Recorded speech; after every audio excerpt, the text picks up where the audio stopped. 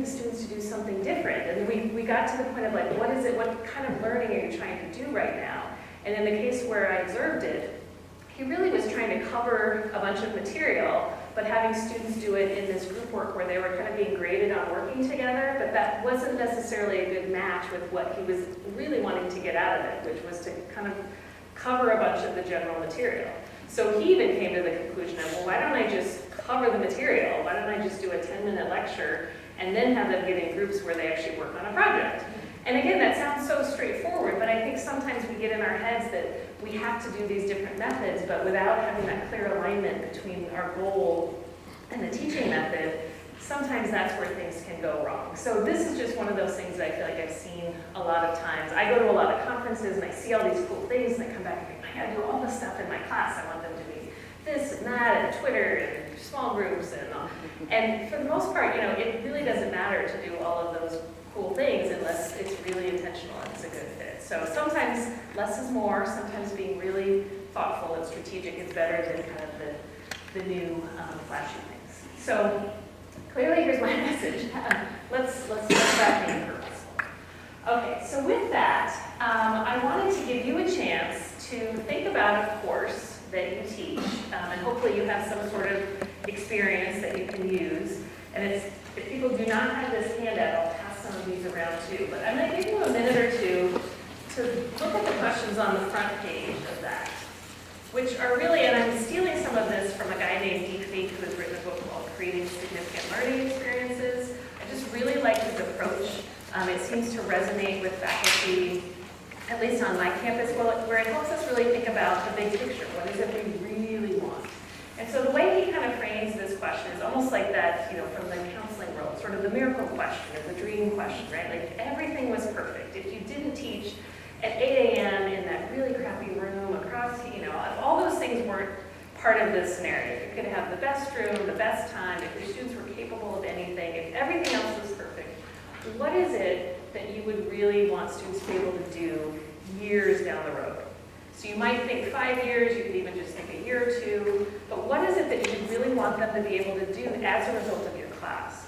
And perhaps one other way of phrasing it is to say, you know, for students who took your class, what would you want to be different about the students who took your class that was not true? What would you want to be true about students who took your class that's maybe not true of someone who didn't take your class? So what is that long-term impact that you would want? So I'm actually going to give you a couple minutes to think about that and write something down there. Does anybody need it? No.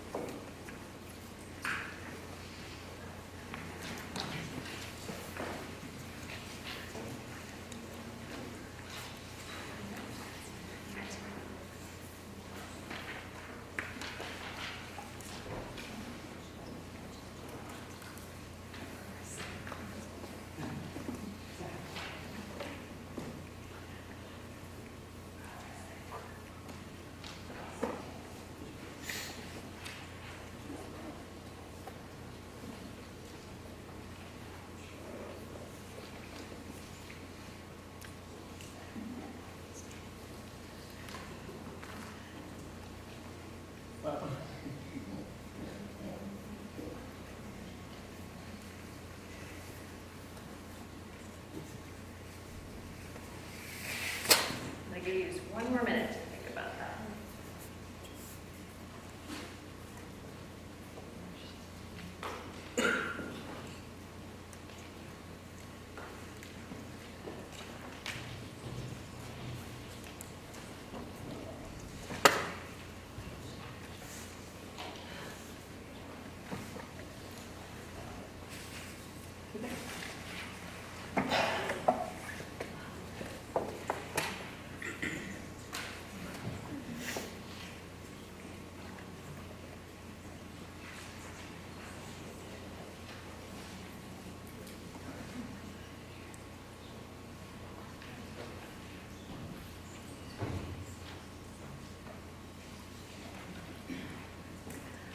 Okay, well, you are certainly welcome to continue playing with this, thinking about this. Sometimes this is pretty easy for people, and sometimes this is really hard to think about these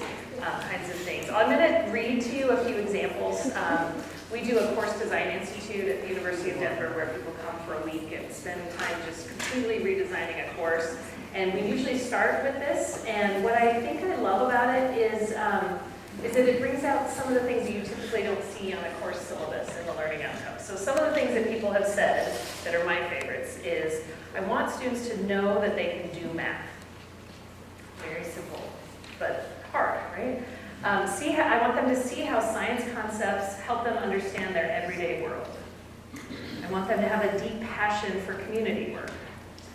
I want them to know the organizational structures and processes that underlie this work. And I've kind of taken out the specific content connections here, but a lot of these can apply to many different classes.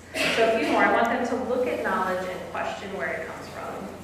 I want them to be comfortable in the gray areas. I want them to know the experiences are interpreted and interpretable. So you can see a theme here. I want them to know there are no right answers in this field, yet there are ways to have a deeper understanding. And then a few, again, of some of my favorites. I want them to be confident in these skills, and if they forget, know where to go to renew their confidence. Or I want them to know that I care about them as learners and as people. So these are some just really nice, altruistic kinds of things that we want from our students. Is there anyone who'd be willing to share what you came up with today? Sorry, I cut you right as you were taking a bite. Well, I misunderstood the question slide as meaning one thing.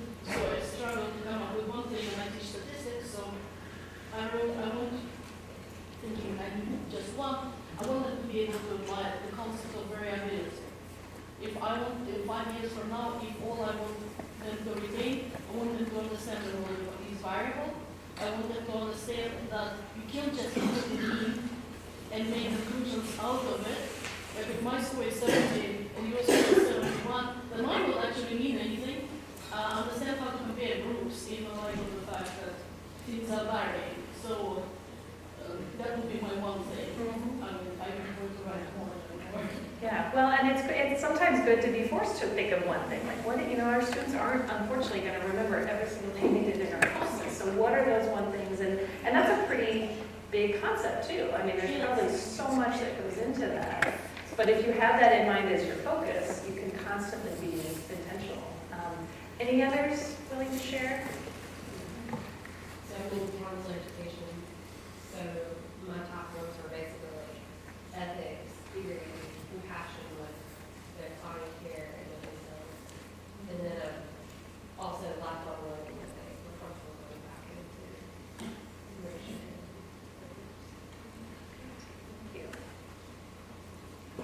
Any others?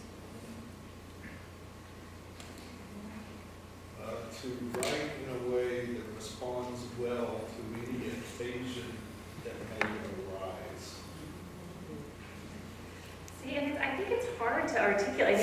These are big concepts you're putting into one simple sentence, and there's a lot in there. But again, I think it's helpful even just taking a few minutes once in a while to think of the big picture.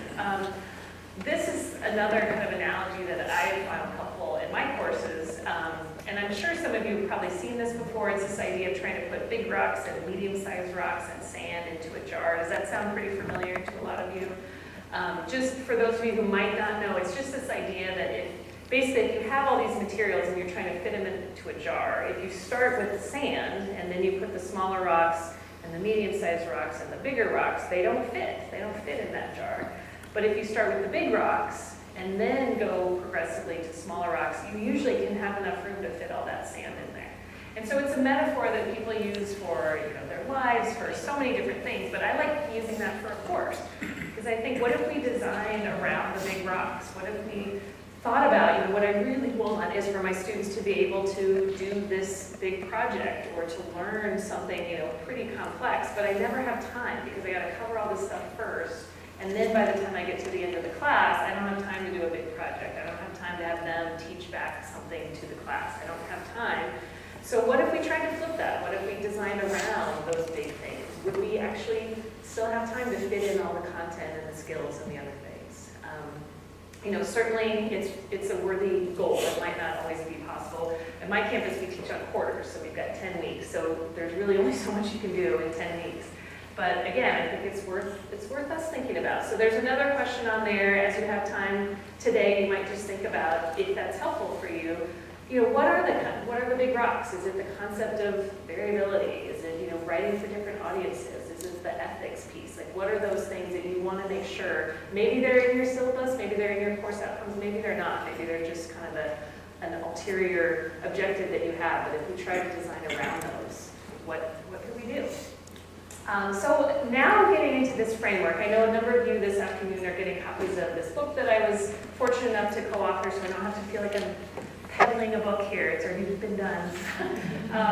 But what this is kind of a framework of 7, what we kind of characterize as 7 different common ways of teaching and learning in higher education. And so we delve into each one of those and get into the background and the theory and then some practical strategies and kind of what you would want to have in mind as you go on to teach. And what I think makes it a little bit different than other books and resources out there, as was mentioned earlier, a lot of times you'll see people say, hey, here's this great approach, everyone should do it, try it for your class, here's how to make it work.